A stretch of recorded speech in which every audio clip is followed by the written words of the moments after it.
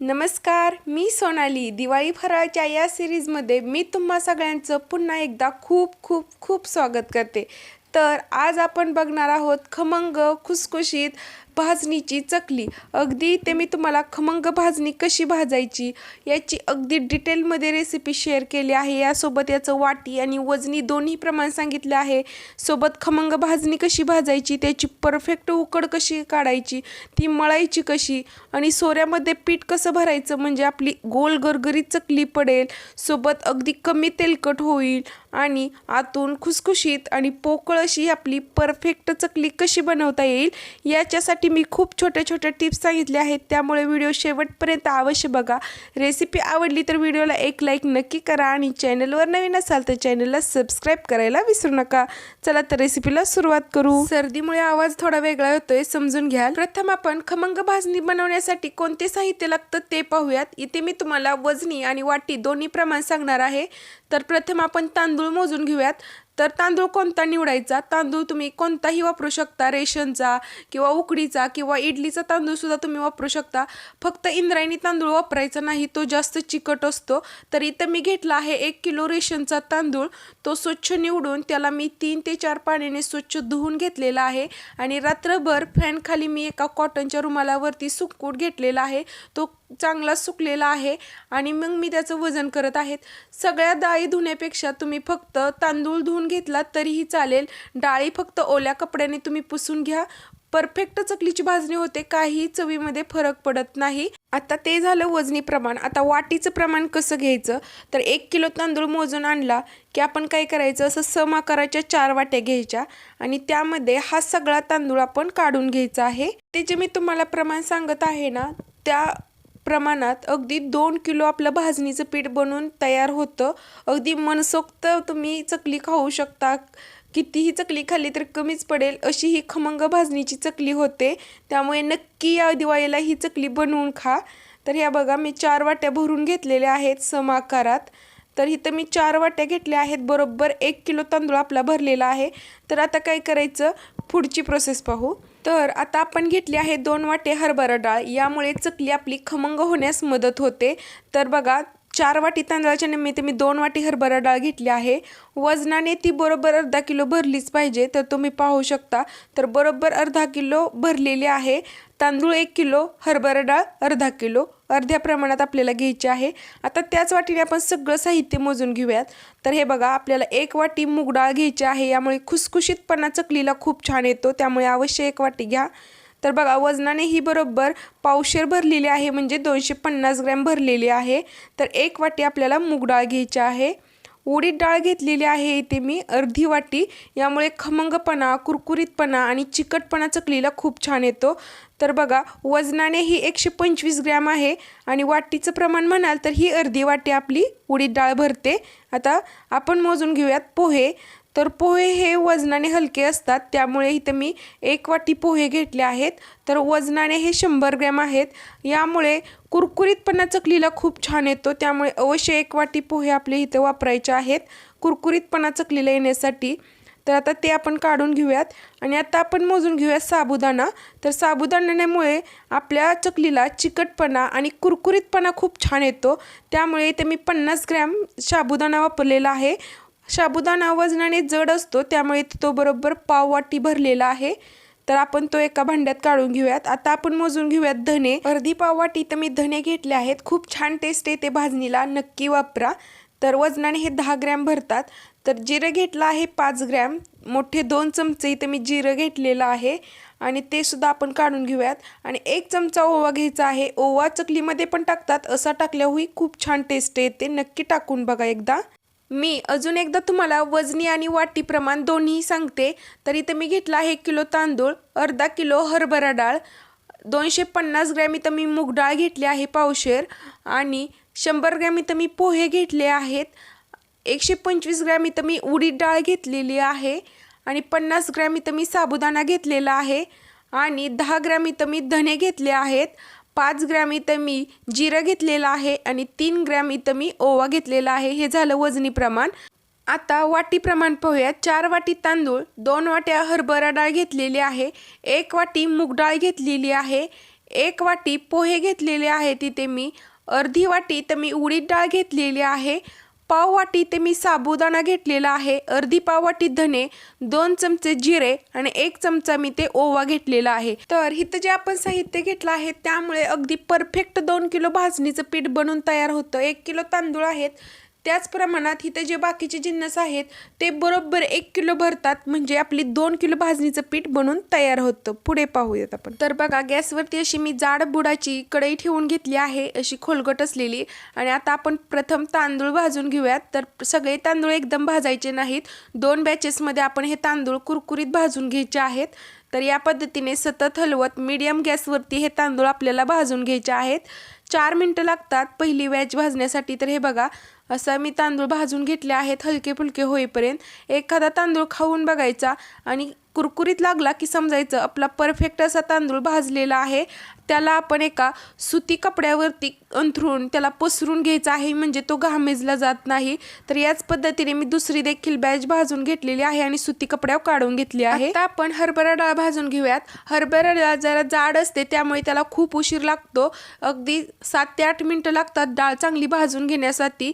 अगदी कमी गॅसवरती मध्यम तुम्ही ठेवू शकता, त्याच्यावरती आपल्याला ही डाळ चांगली खमंग कुरकुरीत होईपर्यंत भाजून घ्यायची आहे। तर हे बघा, असा थोडासा कलर बदलला, याचा जास्त कलर बदलावायचा नाही, अगदी डाळव्यासारखी दिसायला लागलेली आहे। एक डाळ थंड करून खाऊन बघायची, कुरकुरीत लागली की आप परफेक्ट भाजली अशी समजायची आणि त्याला सुद्धा आपण सुती कपड्यावरती साईडला काढून घ्यायचं आहे। त्याचप्रमाणे मूग डाळ सुद्धा भाजून घ्यायची आहे अगदी कमी गॅसवरती।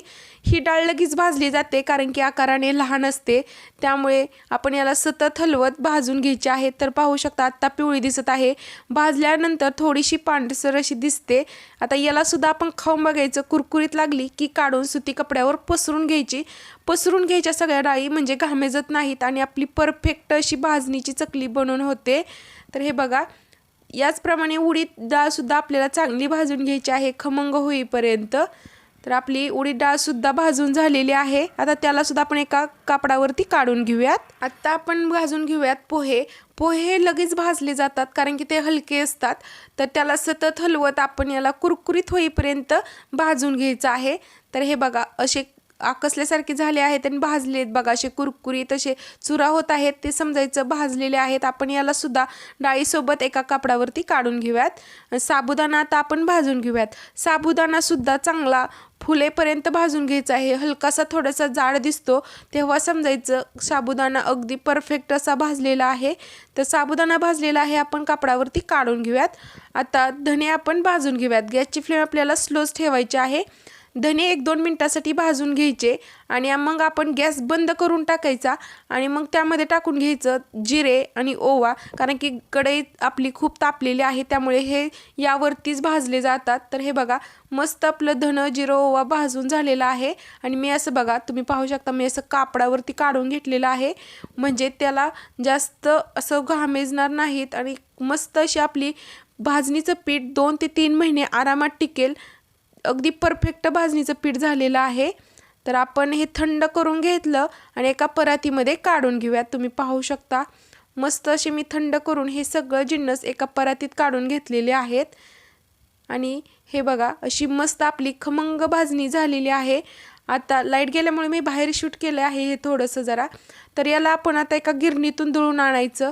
त्यांना सांगताना सांगायचं चकलीचं पीठ आहे त्यामुळे त्या ज्वारीवर टाकणार नाहीत, तुम्ही डाळीवरती टाकलं तरीही चालेल, पण ज्वारीवरती गव्हावरती टाकू नका शक्यतो। हे असं सगळं मिक्स करून आपण याला गिरणीतून बारीक असं दळून आणायचं आहे।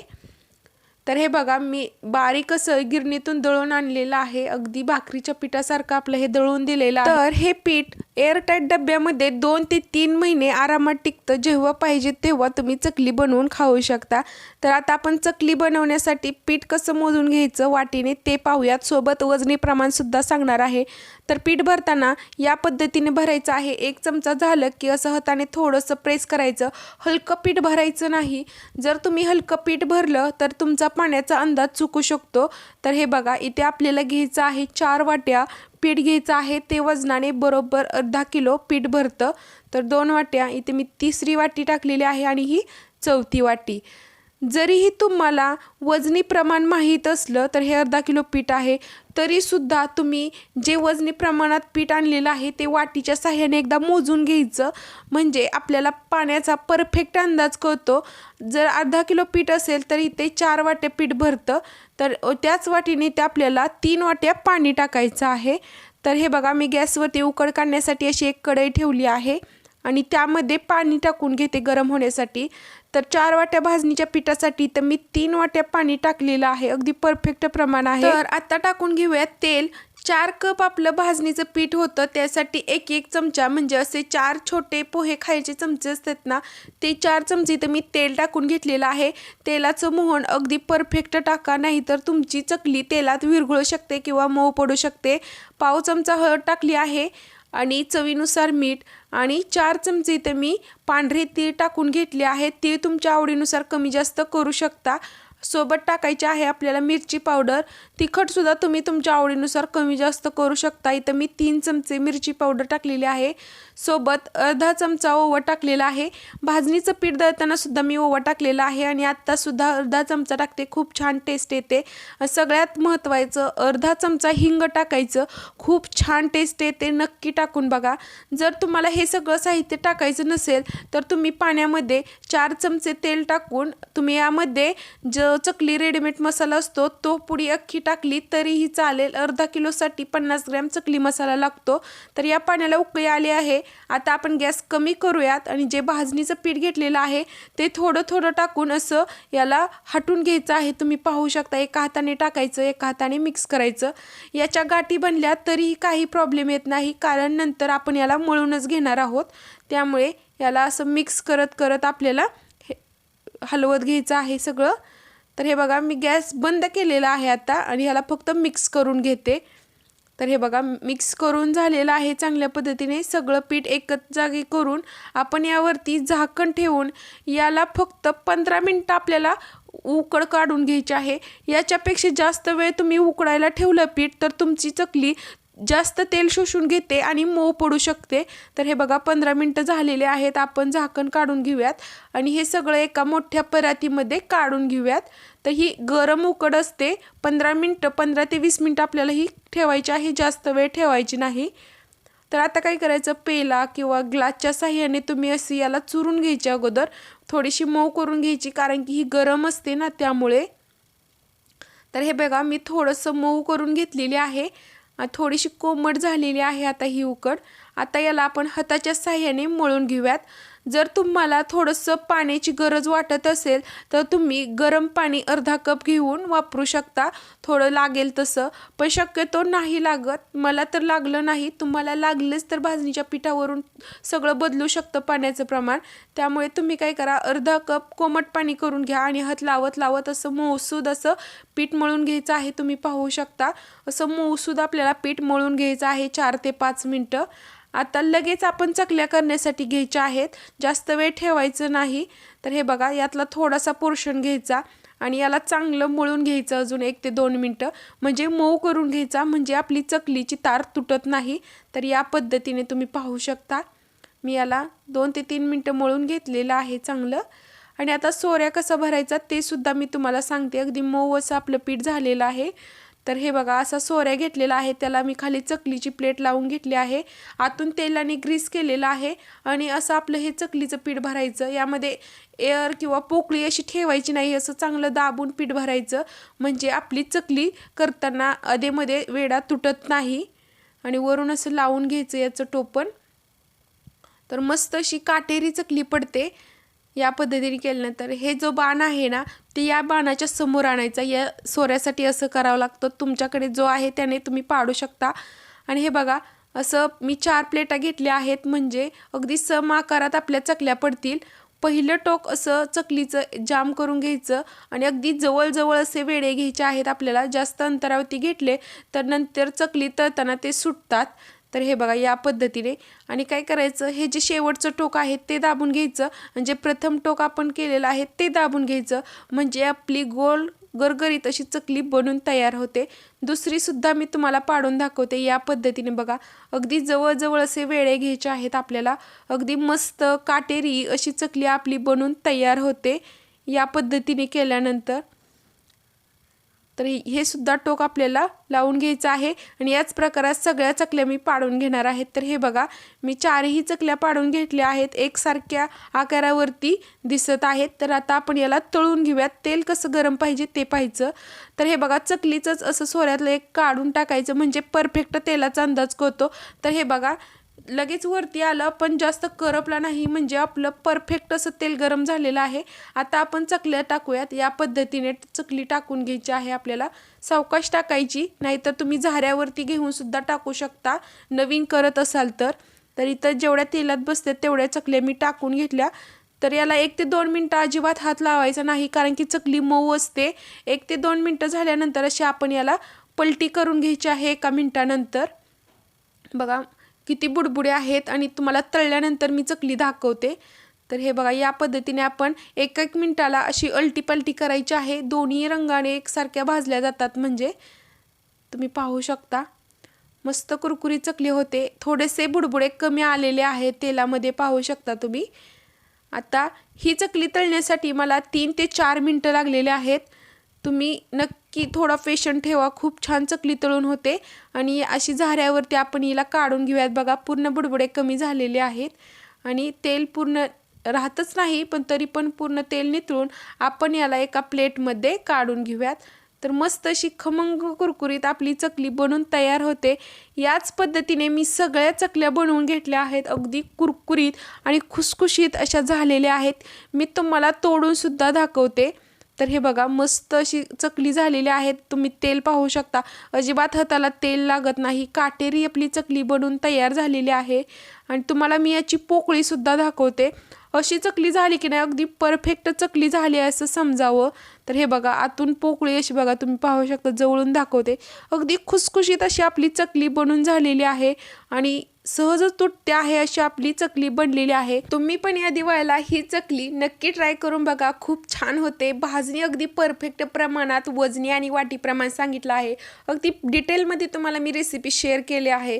सोबत हे स्टोअर कसं करायचं, तर चकली पूर्ण थंड करून अशी एअरटाईट डब्यामध्ये ठेवून द्यायची. आरामात 2 ते 3 महिने कुरकुरीत राहते, अजिबात तेल सोडत नाही ही चकली. नक्की ट्राय करा ह्या दिवाळीमध्ये आणि कशी झाली आहे ते कमेंट बॉक्समध्ये सांगायला विसरू नका. रेसिपी आवडली तर व्हिडिओला लाईक आणि चॅनलवर नवीन असाल तर चॅनलला सबस्क्राईब करा.